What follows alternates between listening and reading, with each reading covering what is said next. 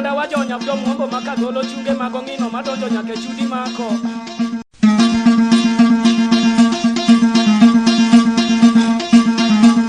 Mano Bwanda wajo nyabdo mwombo maka golo chunge magongino madonjo nyake chudi mako. Adwa yalo ng'ato kokum Richard wuod Jogenya kamrembo mamwalo. Okumo wad gabiero makamenyo hala wang'o ji duto. Owacho nagan bodho bende ywak no wang' to gik mowaro to onge. Wanwang'o ka customers mingi lakini bill kadhalika. Wawero kumi od waya wan go ng'ato kodhiambo maka chando manyur kuodho remo odana. Gochieng' rasta chieth nyuol chuo od nyaruoth. Sami kuodho ditofio. Kidia otimako ich marachi ichwer jo mwombo.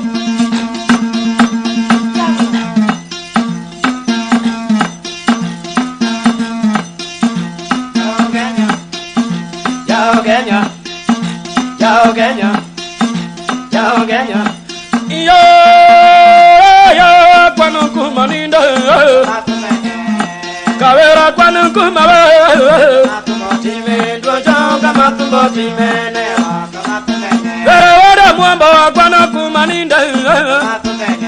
Wadujo kwanu kumawe. Time dojo kama tumbo time ne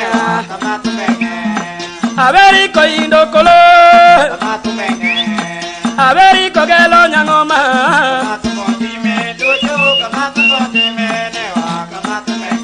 Yana warna kone akangonga Avera lego monsula Time dojo kamatu botimene akamatu Yo ndalamo ndalamo Niyo ndalamo vero dolo minawino Wakuna kaya lego, kanyo jonu tumudera. Harango na ya lego, maola fone adonje. Edala kasilingi wano indo dolo ke umemba. Kanyo jonu tumudera. Oganga wono gadawa yo ne goje. Angira makorodo, tobene ne gojo. Okelo ladama wono chanda tobe goje.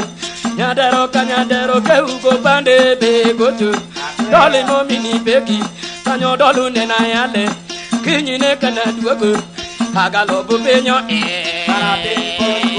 Yo ndalamo Ndalamo Yo ndalamo Yo wado mwambo Kenda woku ya lego Kanyo jonu wozutera Arango na ugenyo Halala kane adonje Edala kokili wanundi nyodolu moke umemba Kanyo jonu ne agojo Oganga wono kadawa yoto ne goje Angira makorodo To bende ne tugo Oguju ni lama wono mondi ne gojo Dole mo mina mino Kanyo jonu ne na lende Kinyine kana duogo Agalo bupinyo Niyo Vero raricha Wanda wodo dongo Vero raricha Kelo jengo Vero raricha Kavere kwa mwambo avero rarijat Ano mini pegi avero rarijat Wadu jau Kenya Kumu jau Kenya avero richi momino molu Orayo jau Kenya Kamurembo mamuelu Richard muageno rego No duaro javero duaro dolu kwa mwambo Wanda moke umemba Yero chengo nogo Oro waimo Oro kola mako kwanyi ko buku ne oro Dilwango ke walubu Ogola be obiro Onwango mina wino Konu jono mina buota Ibinjo ke walubu Nitie woi mara milwango gano kumu Richard Richard ubwana duari Odwari gasi ya tabur Ori jawo Kenya Nena winjo mano abendo takuendika Odolu mejutera Arango na gasi ya tabur Bwanda ne wadonjo Adonjo si atawur Wango ora jao Kenya Woi momino molu Kamurembo mamwalo Kumumu ageno rego Naka natoke vinjo jonu komwombo Bwanda moke walobu Yero podie mojuma mwosu wabio koge lobu Nikoru kotieno kanyitonga dwaro nutumundera Abenda nyiso Richard Orayo jabu Kenya Kawo tuti oko gelo puro Aiye tumunderi Kanyo dolo newa nyero Kodo ora jao Kenya Bana doga dalo mina mino. Kawere ne ayuyo. Bodia mo borango juma mosu wa woku ialeko. Wanigi wa imoro. Hakina benga mawono tua manga ito ne wandiko. Onyango makodonga julito ne wandiko. Onyango makodonga julito ne wandiko. Godia makojuangu. Hajimu be wandiko. Elale ododonga ne wandiko. Godia makojuangu. Jimbe wandiko.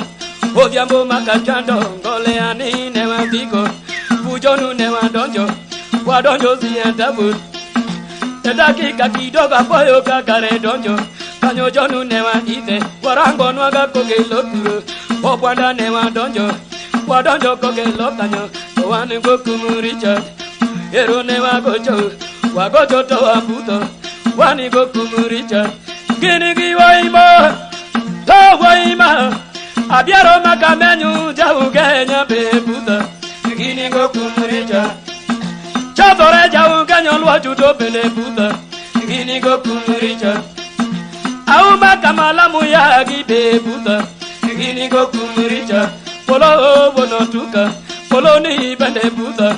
Gini gokumu Richard. Eluka kamolo kawanga bebuta. Gini gokumu Richard. Yero biye chamo kaniso chola benebuta. Gini gokumu Richard. Wotu wari gawina bebuta. Gini gokumu Richard. Gini guta kama. Yero ta kamaro. Ilwango na tieno. Toka na mutu bebuta. Gini gokumu Richard. Sayata omino molu. Kamurembo mamuelu. Richard mua kenoreko. Jokomu joala manisia werio chao Kenya. Sayata momino mulu. Kumu mua vinyoreko. Wadu kamurembo mamuelu.